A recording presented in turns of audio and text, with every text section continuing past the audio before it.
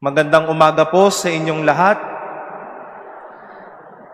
After days of suffering from storms, we thank the Lord for making this Sunday sunny and possible, and for letting us gather once again as a family of faith.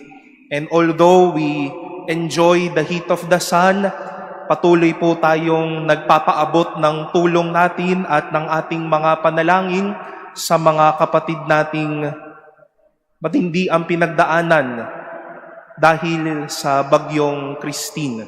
And we also extend to them our prayers and our support. My dear brothers and sisters, we have a very special character in today's gospel in the person of Bartimaeus. And Saint Mark was so swift and clear by defining this man as a blind man. Pero isang tao din po siyang marahil nakalimutan na ng mga tao. Isang taong naisantabi, isang taong iniwan, isang taong nag-iisa. As what we've heard, Jesus was with a sizable crowd, and here comes a blind man alone with no one else. No one, even his family was not with him during those moments when he was suffering. And I wish to at least let us study the name Bartimaeus. In a way, we have three simple definitions on what is his name.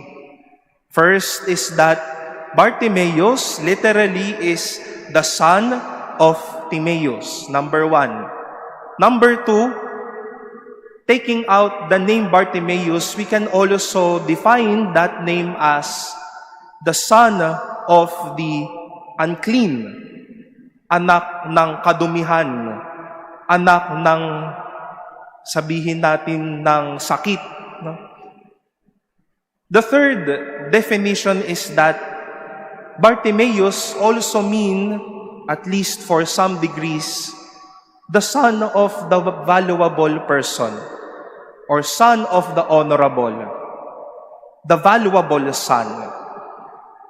At tignan po natin kung nakinig po kayo kanina. No? Was he called son of Timaeus? Yes or no? He was.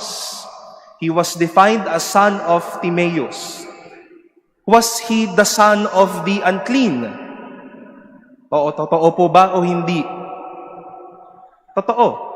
Dahil bilang isang bulag na tao, automatic, dahil may kapansanan ka, you are regarded as an unclean person.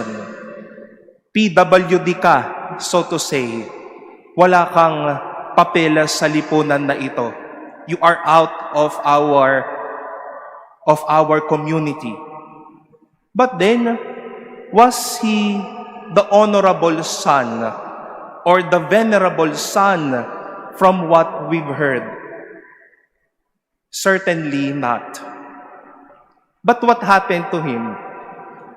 Papunta po si Jesus kasama ang sandabakmak na tao papunta sa Jerusalem galing sa Jericho.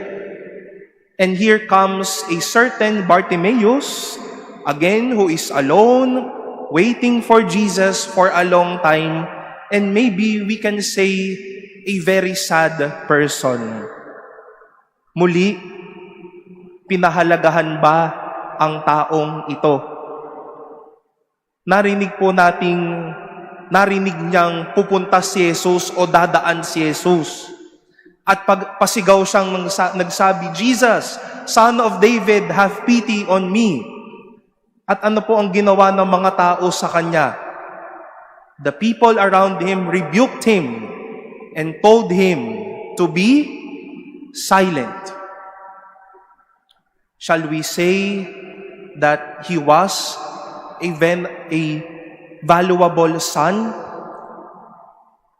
Having those experiences, shall we call Bartimaeus now a valuable son? Pinahalagahan ba siya sa nangyari at naging karanasan niyang iyon? Ay hindi po talaga. But the story continued. Now, with those with Jesus and maybe those around him, telling him, do not be afraid. Jesus is calling you. In the version of St. Matthew's healing of Bartimaeus, the people even told him, get up, tumayo ka, tawag ka ni Jesus, palakasin mo ang iyong loob, take courage, Jesus is calling you. And more than these people, here came Jesus, na hindi iniisip na kahit ba madumitong taong ito, but then he took that blind man as his valuable brother. Sa tagpo na ito, ang nag-iisang Bartimeo, ang Bartimeo na pilit pinatahimik, ang Bartimeo na kinalimutan ng mga kaibigan, ng mga mahal niya sa buhay, nakatanggap ng pagpapahalaga kay Jesus. And as if that moment, God whispered to Bartimaeus this consolation, you are Bartimaeus. You are my valuable child.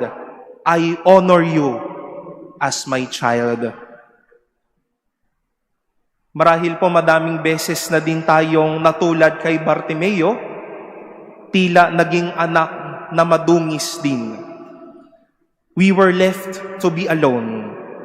We were thrown out, we were rejected. People escaped from us. People no longer cared and loved us. At marahil ang mga nagdaang araw pong ito ay nagpakita sa ating mga mata ng mukha ng sandamakmak na Bartimeo dito sa Pilipinas, na hindi tinulungan, pinirahan pa, hindi na inintindi, pinagtawanan pa, and I wish to say, pinulitika pa, hindi pinahalagahan. You may be feeling the same as Bartimaeus. While everyone is enjoying Jesus in their midst, you were alone. You may be suffering right now as well. Nag-aalala sa mga mahal sa buhay na talagang napinsala ng bagyo. Sa mga mahal sa buhay na mga may sakit. O baka tayo din na may dinadala at dinadamdam.